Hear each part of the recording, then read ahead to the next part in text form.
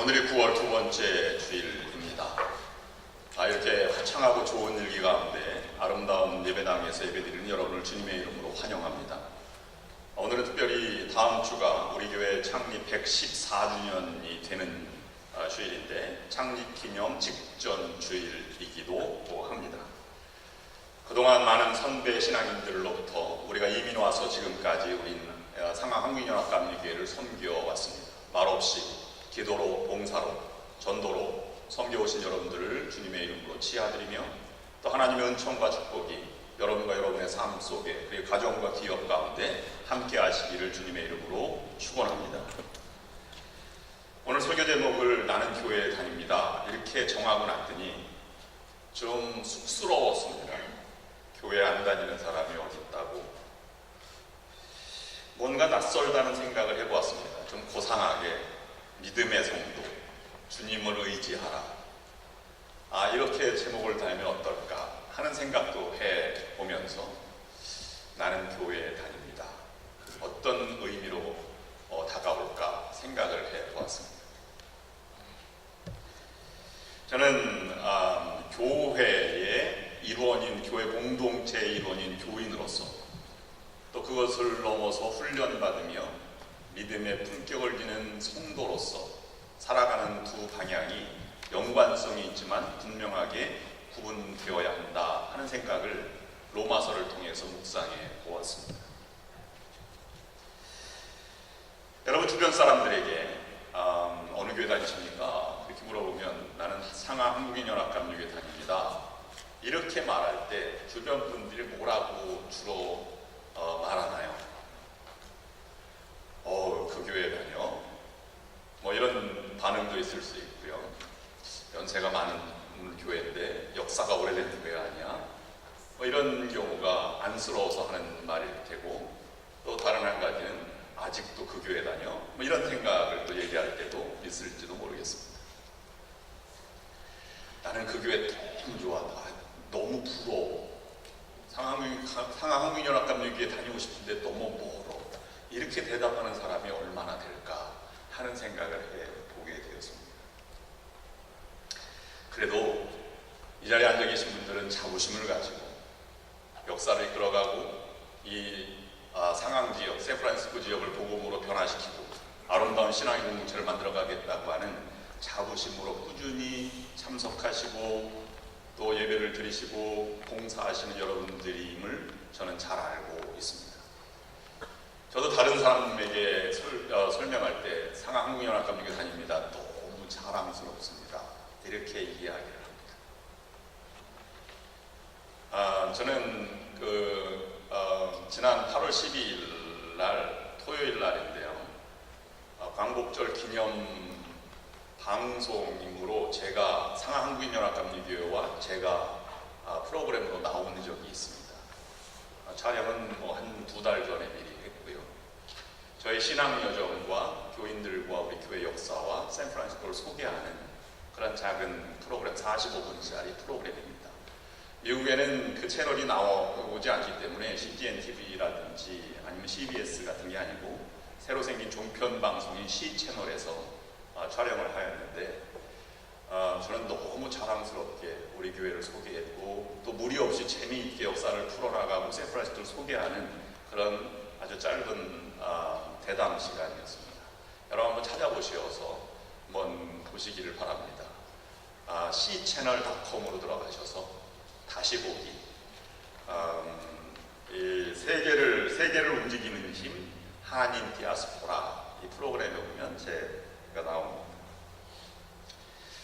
먼저 믿음의 사람, 성도라고 말하기 전에 우리가 교인으로서의 의무와 또는 원칙을 분명히 가지고 살아가고 있는지, 공동체의 일원으로서 우리가 넘지 말아야 할 선들을 넘고 있는 것은 아닌지 다시 한번 우리가 생각해 보아야 할 것입니다.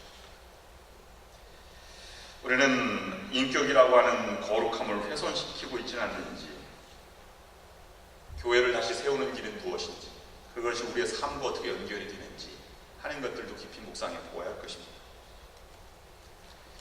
내가 손해보고 좀 어렵고 아프고 또는 내가 죽더라도 예수 그리스도의 그 존귀함과 십자가의 은혜를 욕되게 하고 있지는 않은지, 어떠한 경우 어떠한 사람이 들어와도 인격을 훼손함이 또는 거룩함을 훼손하는 일이 우리 교회에서 이루어지고 있지는 않는지 진지하게 되돌아보아야 할 것입니다.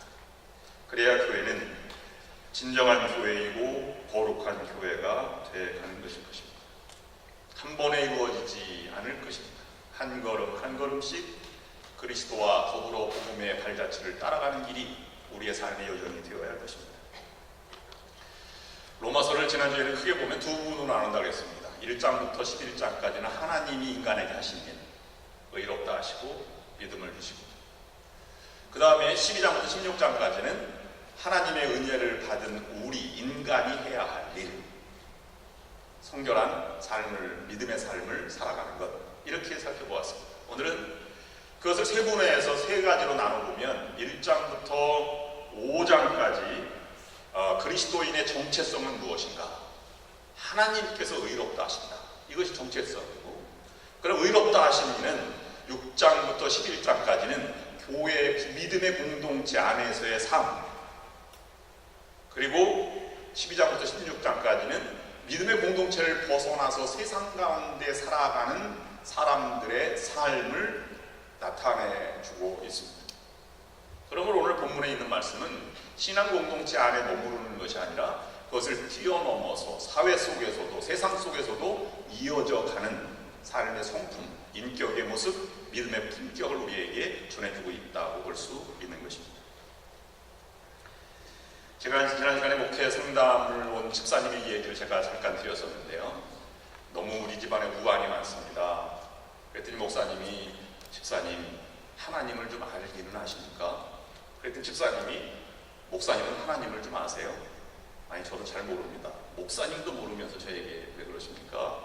그랬더니 목사님이, 나는 하나님을 잘 알지 못하지만 순간순간 하나님의 역사하심을 너무 감격스럽게 경험하고 있습니다. 그 말씀이 마음에 이렇게 막 꽂혔다, 이런 집사님이 계십니다. 알다 모른다 문제가 아니라 삶으로 살아낸다 살아내지 않는다, 하나님을 경험한다 경험하지 않는다가 더 중요한 것입니다. 하나님의 역사를 알고 하나님이 하신 일을 알면 내가 살아가는 태도도 달라지고 내가 믿음의 품격도 달라지는 것입니다.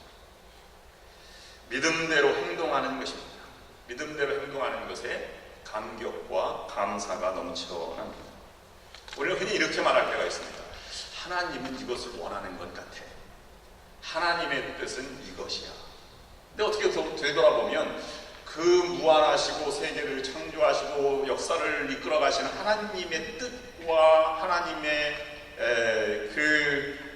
원함을 우리가 어떻게 헤아려 알 수가 있겠습니까?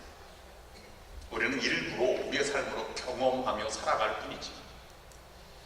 하나님의 뜻이라고 하는 단어를 성경에는 다 한 번 등장하는데, 데살로니가전서 5장 16절부터 18절까지입니다.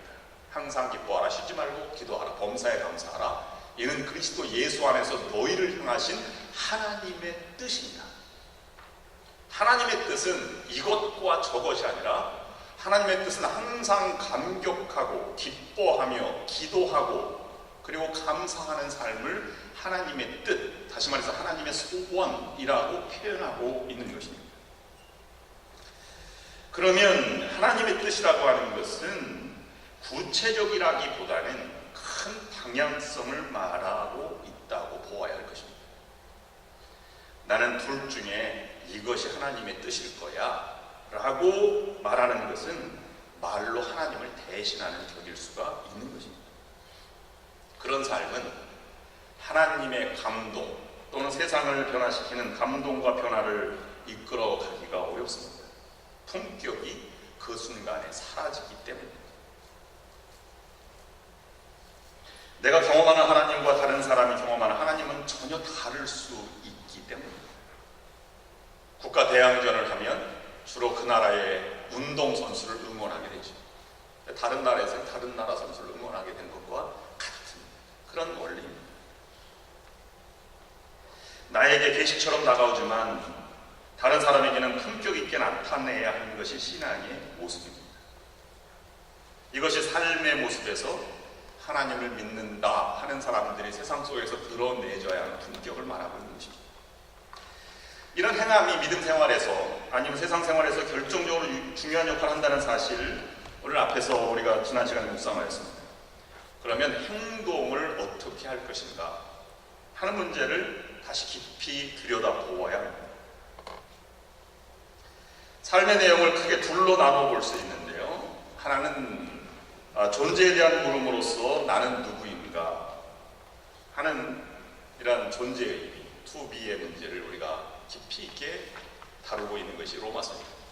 또 다른 한 가지는 그러면 나는 무엇을 해야 하는가, 투 행위의 문제를 다루고 있다고 보아야 하는 것입니다. 이 둘이 합해져야 삶이 되고 믿음이 되는 것입니다. 뒤에 것이 사라지면 앞에 것은 의미가 없고, 앞에 것이 존재 의미가 아주 절대적으로 있지 않으면 뒤에 것은 아무 의미 없거나 자동적으로 잘못되어져 가고 마는 것입니다. 내가 그러면 믿음의 사람으로 어떻게 세상의 삶을 펼쳐 나가야 하는가 세 가지 교훈을 통해서 오늘 본문 말씀 묵상하려고 합니다. 첫 번째는 믿음으로 행함이 품격이다 하는 것입니다. 믿음으로 행한다 하는 것은 받아주는 것입니다. 그리고 인정해 주는 것이죠. 그의 상태와 상관없이 하나님은 나를 의롭다 인정해 주는 것처럼 나도 그렇게 인정해 주는 삶을 살아가는 것이 중요한 것입니다. 그리고 기다려주고 필요하면 도와주는 것이 믿음의 품격을 가진 사람의 모습입니다. 여러분, 믿어주고 받아주고 도와주고 아파하면 함께 아파하는 것이 성숙한 인격의 사람입니다. 믿음의 사람도 이것을 벗어날 수는 없는 것입니다. 여러분, 오늘 굳이 이야기가 나오는데 왜 어려운 사람을 도와주죠? 하나님의 계명이니까 이렇게 말할 수도 있습니다. 그러나 정확히 말하면 그것은 약간 기후에 지나친 사변적인 생각으로 바뀌어나갈 수 있음을 우리가 알아야 합니다. 여러분, 왜 도와줍니까? 여러분이 어려워봤으니까 도와주는 것입니다. 왜 도와줍니까? 여러분이 배고파봤으니까 도와주는 거예요. 그 사람의 심정을 알기 때문에 그런 것입니다. 왜 아픈 사람을 위해 기도하고 치료해줍니까? 내가 아파보았습니다. 다른 이유를 찾을 수 있을지 모르지만 그 다른 이유들은 궁색한 변명이 지나지 않습니다. 우리가 자녀들을 향한 믿음이라고 말하는데 자녀들을 향한 믿음은 자녀의 상태와 전혀 상관없이 믿음을 가지고 있습니다. 모든 부모가 마찬가지입니다. 요동감이 없습니다. 왜 그렇습니까? 그 자녀가 믿음직하기 때문이 아니라 내가 그 자녀를 믿어야 하기 때문에 그런 것입니다. 끝까지 믿어주는 것이 부모의 마음이지요. 자식이 잘못해서 경찰서에 갔습니다. 그래도 믿어줍니다. 자기 자식은 잘못한 것이 없다고 믿습니다. 또 자녀가 실수하고 잘못했어도 내 자녀는 본래의 모습은 그것이 아니다 라고 믿어줍니다. 우리가 믿는 만큼 기다리고 기대하고 대우해 줄 수 있는 것입니다. 우리가 하나님을 믿는다면 믿는 만큼 행하게 되어 있습니다. 그렇게 행하지 않는 것은 믿지 않기 때문입니다. 그러므로 우리는 믿음이라고 하는 것을 객관적인 안목으로 바라볼 수 있어야 합니다. 객관적인 안목이 성숙한 인격의 사람이 되는 것입니다. 성숙한 인격의 사람이 품격을 품게 되는 것이죠. 우리는 때로는 믿음은 너무 주관적이다. 내 믿으면 어떻게 알 수 있어? 라고 말하기도 합니다. 그러나 믿음은 객관성을 갖는 것이 출발점입니다. 객관성을 갖는다는 것은 인격의 성숙 여하에 따라서 결정짓는 것입니다. 우리가 생각한 대로 산다, 아니면 꼴불견이다 이런 표현을 쓰지 않습니까? 그건 제멋대로 산다는, 주관적으로 산다는 그런 책망의 말입니다. 믿음으로 산다는 말은 최고도의 객관성을 찾아서 살아가는 사람들을 가르쳐 말하는 것입니다. 최선을 다하여 살아가지만 객관성의 정도를 높이고 또 높여서 내 뜻대로 마옵시고 하나님 뜻대로 하옵소서 하는 단계로 나아가고자 부단히 결단하고 노력하는 사람을 우리는 믿음의 사람이라고 말하는 것입니다. 기도를 예로 들어보겠습니다. 사무엘의 기도는 정말로 객관성을 높인 기도입니다. 그는 이렇게 기도했습니다. 주님, 말씀하십시오. 제가 듣고 있습니다. 기도는 말하는 것이 아닙니다. 때를 써서 자신의 주장을 관철시키기 위해 하나님을 움직이려 하거나 변동을 시키려는 그러한 언어 행위는 더더욱 아니지. 철야 기도나 금식 기도라 하는 일을 기도에 대한 다른 이해가 전제되지 않는다면 그것이 오히려 병이 될 수도 있는 것입니다. 비정상적인 기도가 극도로 사람을 주관적으로 만들게 되며 자기 중심을 고집하게 하는 무서운 폐단을 가져올 수도 있기 때문입니다. 우리는 일정 고정관념이라고 하는 것을 생각하며 가지고 살아갑니다. 그래서 그것에 어긋나면 저건 비정상적이다 이렇게 표현할 때도 많이 있습니다. 꼭 기도는 눈을 감고 해야 한다는 것도 일종의 고정관념으로 볼 수 있습니다. 그래서 믿음으로 기다리고 인내하고 받아들이려고 하지 않고 그 행위 하나를 자체로 가지고 전체를 판단하려고 하는 경향이 우리에게 있다는 것입니다. 그렇게 보는 눈에서 떠날 수 있어야 객관성을 유지합니다. 전체를 보고 전부를 은혜로 받아들이는 자세가 필요한 것입니다. 옛날에 감리교 신학대학 초기에는 미국의 선교사들이 세운 학교니까 선교사들이 교수도 하고 학장도 맡고 교장도 맡았습니다. 그런데 서양에서는 눈을 감고 기도하지 않지 않습니까? 축도할 때도 눈을 뜨고 이렇게 축도하지 않아요, 미국 교회에서. 근데 그 교장 선생님이 기도할 때 눈을 뜨고 기도하는 것을 학생들이 보았어요. 신학생들이. 감히 선생님이 눈을 뜨고 기도하다니 이런 경건하지 못한 선생님이 있나 해서 학교에서 쫓아냈습니다. 고정관념이 이를 그르치게 된 결과이지요. 기도를 오래 해야 한다는 것도 하나의 고정관념입니다. 그럴 수 있습니다. 오늘 권사님이 기도하셨는데 회중 기도는 3분을 넘지 않는 것이 아주 좋은 기도지요. 오늘 기도 아주 참 은혜롭게 저도 은혜를 많이 받았습니다. 어느 교회 갔더니 기도 그 사회석에 이렇게 나와 있더라고요. 대표 기도는 3분입니다. 이렇게 써 있더라고요. 어느 목사님이 믿지 못하니까 기도문을 미리 써온 걸 점검을 해서 됐습니다 하면 그걸 가지고 기도를 하는 경우도 있다고 합니다. 우리 교회도 회중 기도를 잘 훈련해서 하는 그런 것이 더 필요치 않을까 하는 생각도 가져보게 됩니다. 어떤 분들은 기도를 써서 하다니요 이런 불경한 게 어디 있습니까? 기도는 영감받아서 해야죠. 그래서 올라와서 기도하는데 20분도 하고 30분도 하고 40분도 하는 분들을 많이 경험하지 않습니까? 어느 장로님이 기도하는데 너무 기도가 잘 되시는 거예요.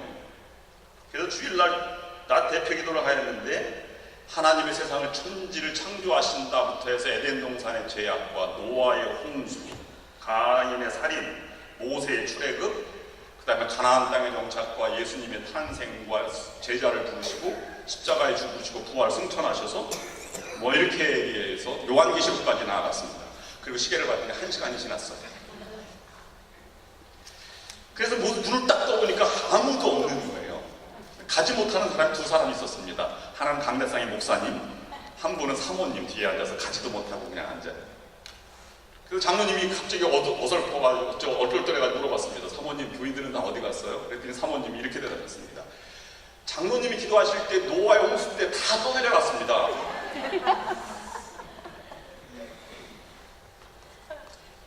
기도라고 하는 형식을 통해서 눈을 감고 말한 꼴이 된 것이죠. 여러분, 눈을 감다라고 하는 표현에는 2가지 극단적인 상황이 전개되는 것을 여러분 아셔야 합니다. 너무 은혜롭고 너무 사랑 사랑스럽고 고백할 때 눈 뜨고 고백을 못합니다. 눈을 감고 아름다운 너무 화가 나도 눈을 뜨고 못 봐요. 눈을 감고 얘기해버리지. 기도가 어떤 것이 되어야 할까요? 제가 지난 수요일날 그 예를 들었는데 여러분 용서하고 들으시길 바랍니다. 여러분 경찰, 총을 찬 경찰과 소방관이 싸우면 누가 이길까요? 소방관이 이긴답니다. 물불을 가리지 않고 싸워서. 소방관과 눈을 못 보는 소경이 싸우면 누가 이길까요? 소경이 이긴답니다. 뵈는 게 없어가지고.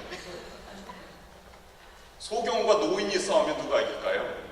노인이 이긴답니다. 죽기 살기로 싸우셔가지고. 예를 든 것뿐입니다. 생각해 보십시오. 눈을 감고 상대를 향해서 일방적으로 말하는 것은 인격의 성숙도가 낮은 단계에서 하는 행동입니다. 하나님은 하실 말씀이 하실 틈이 없어서 말씀을 못하시고 침묵하고 계실 것입니다. 그런 경우가 되면 본래 목적과 아주 다르게 나타나죠. 종교적인 자기중심적인 유아기 성향을 나타내기도 하고 배타적 종교주의, 교파주의 또는 병적인 자기교회 우선주의 같은 것이 되어지게 되는 것입니다. 보편적으로 객관화시켜서 기도는 이런 것이다, 아름다운 것이다 라고 하는 것이 성현들의 믿음의 위인들의 가르침이었는데 그것이 반대로 나타나서 종교화되고 또 이런 현상이 부추기게 된다는 것은 불행한 일입니다. 객관적으로 자기를 볼 수 있어야 합니다. 어떻게 상대가 나를 이해하는가에 따라서 하나님은 나를 어떻게 보시는가에 이르러서 하나님의 눈으로 자기를 보면서 자신이 누구인지 또 무엇인가에 대한 해답을 마련해야만 합니다. 그래서 존재에 대해서 칭의를, 행함의 문제에 대해서는 은사를 처방해 주신 것이 오늘 본문에 있는 말씀입니다. 그리고 그에게 이웃이라고 하는 존귀한 상대가 있음을 알려주셨고 그 관계 속에서 살아가야 합니다. 보잘것없는 사람 하나에게 행한 것이고 나에게 행한 것이다 라는 말씀으로 못을 박아놓으셨습니다. 두 번째, 믿음으로 행한다 라고 하는 것은 일관성 있는 투명한 사람이 되라는 말입니다. 일관성 있고 투명한 사람이 되라. 일관성이 있다는 것은 하나님의 은혜를 경험한 사람의 특징입니다. 왜냐하면 하나님의 은혜는 한 번도 쉬거나 멈추는 법이 없기 때문입니다.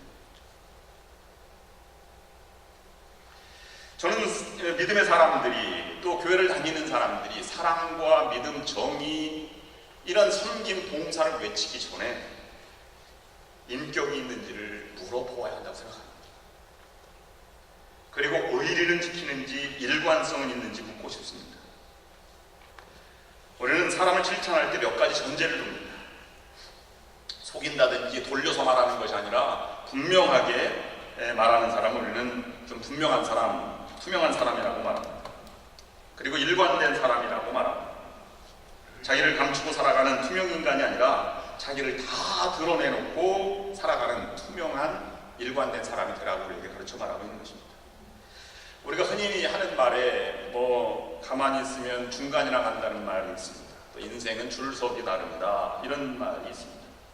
자신을 드러내놓고 하는 일이 아닌 묻어가는 존재를 비아냥거리면서 하는 말들입니다. 세상에서 가장 비열한 사람은 자기를 드러내놓고 살아가는 것이 아니라 남의 권세를 이용해서 살아가는 사람입니다. 그래서 이런 말이 있지 않습니까?